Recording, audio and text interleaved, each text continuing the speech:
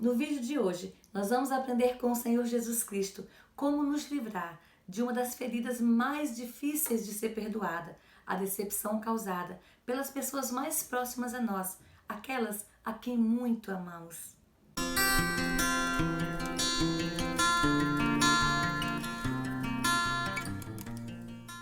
A paz do Senhor, queridas parceiras de Bíblia. Sejam todas bem-vindas ao terceiro vídeo da série A Palavra que Cura.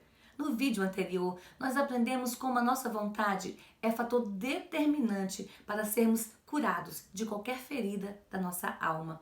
No vídeo de hoje, nós vamos aprender com Jesus como nos livrar das feridas causadas pela decepção com as pessoas que muito nós amamos. Nós vamos tomar por base o texto que está no Evangelho de Mateus, no capítulo 26, versículos 31 e 32. E antes de nós lermos o texto, eu quero fazer um convite para você. Se você está aqui comigo e ainda não é inscrito no meu canal, se inscreva. Ative as notificações, deixe o seu like, o seu comentário e compartilhe esse vídeo com outras pessoas. Vamos fazer a leitura? Mateus capítulo 26, versículos 31 e 32 diz assim: Então Jesus lhes disse: Todos vós esta noite vos escandalizareis em mim, porque está escrito: Ferirei o pastor e as ovelhas do rebanho se dispersarão.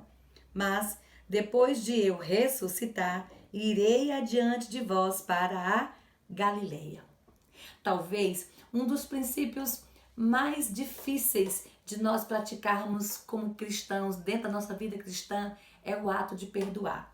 Existem algumas definições para perdão, mas eu gostaria de fazer a leitura de um pequeno texto de um autor desconhecido que vai nos mostrar na prática o que significa perdoar. O texto diz assim: Na navegação antiga, costumava-se amarrar uma corda na ponta externa do vergalhão da vela principal e prendê-la no lado interno do costado de um navio. Porém, em dias de vento forte, um marinheiro ficava encarregado de esticar ou afrouxar a vela, conforme a força do vento. Se ele mantivesse a vela frouxa, perdia-se velocidade. Por outro lado, se ele mantivesse a vela esticada demais, o vento podia rasgá-la ou até mesmo fazer o barco capotar. Este ato de afrouxar a vela era chamado de perdão. O capitão gritava para ele bem alto: Perdoa! Isso é, deixa o vento passar.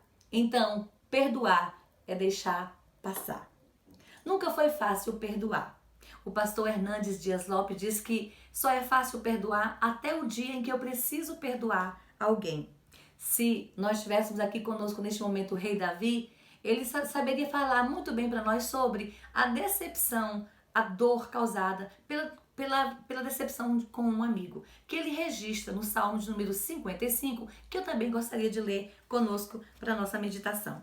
Diz assim: O meu coração está dorido dentro de mim, e terrores de morte sobre mim caíram. Pois não era um inimigo que me afrontava, então eu o teria suportado. Nem era o que me aborrecia que se engrandecia contra mim, porque dele eu me teria escondido. Mas eras tu, homem meu igual, meu guia e meu amigo íntimo. Praticávamos juntos suavemente e íamos com a multidão à casa de Deus. Veja como Davi relata nesse salmo a dor causada pela decepção de um amigo muito íntimo. E é sobre isso que trata o vídeo de hoje. Nós vamos aprender na prática com Jesus como nos livrar dessas dores causadas pela decepção com os nossos queridos. Um dos grandes perigos causado pela decepção com os nossos amigos, com os nossos íntimos, é a real possibilidade de nós entrarmos em depressão e abrigarmos rancor e ressentimento contra aqueles que nos feriram. O problema é que a decepção sempre vai fazer parte das nossas vidas, porque nós somos humanos.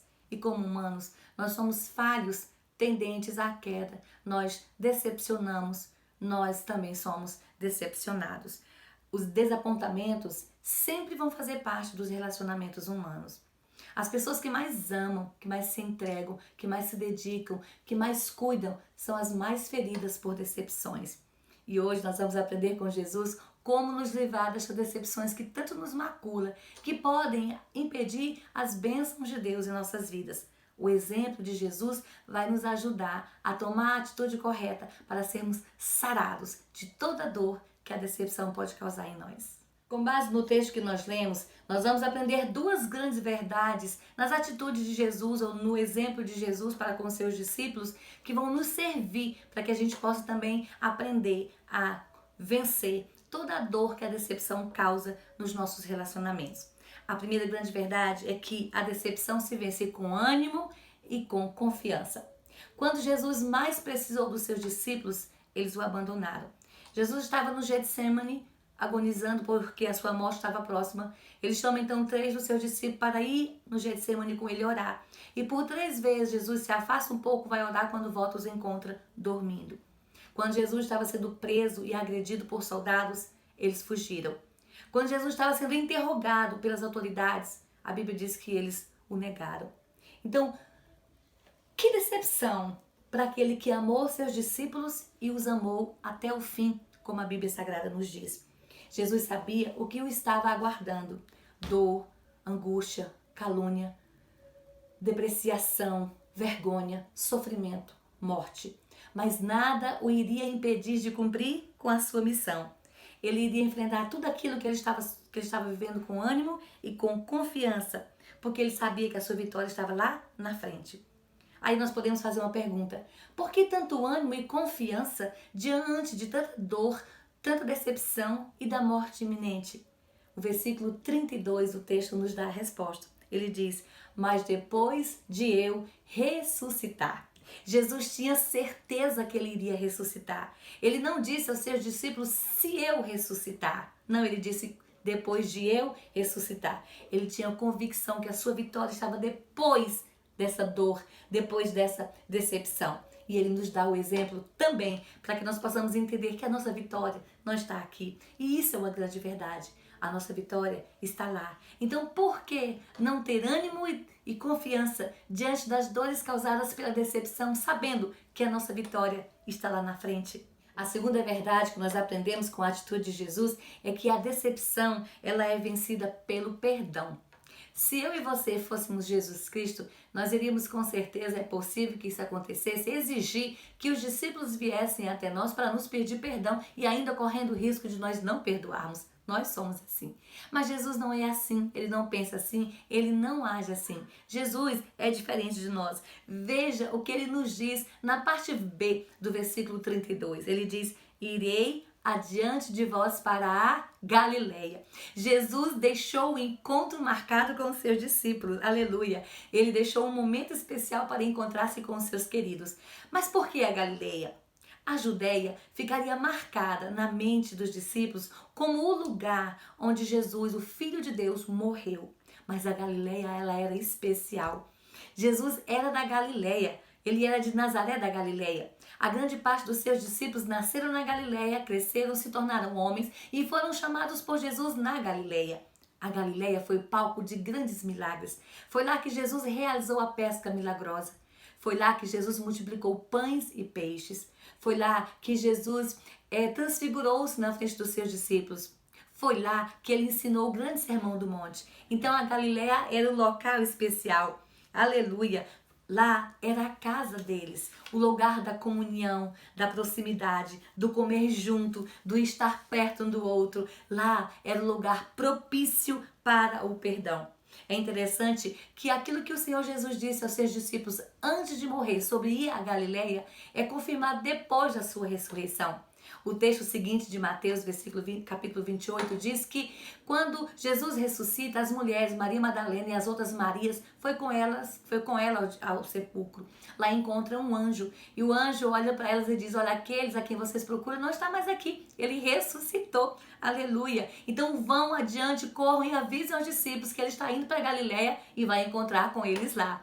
Elas foram. No caminho, Jesus se apresenta para elas. E quando elas veem Jesus, elas se prostram diante dele e o adoram. E Jesus diz assim: não temais, ide adiante de mim e avisem aos meus irmãos que eu os encontro na Galileia. Bendito seja o nome do Senhor Jesus. Jesus marcou o encontro na Galileia. Era um lugar para que houvesse reconciliação, houvesse perdão. Não havia rancores, não havia ressentimentos, mas havia um desejo de voltar, de se encontrar com seus queridos. E é interessante aqui, queridas, que Jesus até então nunca havia chamado seus discípulos, de irmãos, mas discípulos. Mas aqui no texto ele diz: vai e avise aos meus irmãos. Ou seja, a partir do reencontro, a partir do momento do perdão, não haveria mais um grupo formado por um mestre e seus discípulos, mas por irmãos. Aleluia! A Galileia é o lugar do perdão, da reconciliação. E eu encerro o vídeo de hoje fazendo uma pergunta: é possível uma relação se tornar melhor do que era antes de uma decepção? Sim. Se nós atentarmos para o que nós aprendemos com Jesus hoje, e se nós tivermos ânimo e confiança e estivermos dispostos a perdoar a decepção, nós podemos ter sim um relacionamento melhor do que o que era antes. Se é possível liberar perdão, né, às decepções causadas por pessoas que nós amamos, com base naquilo que o Senhor Jesus nos ensina hoje, então é possível perdoar qualquer pessoa, é possível perdoar qualquer desapontamento ou decepção causados dos nossos relacionamentos. Portanto, perdoe, deixe passar. É isso que o Senhor Jesus nos ensina. Quer ficar bem? Perdoe. Que o Senhor te abençoe. Nos vemos no próximo vídeo.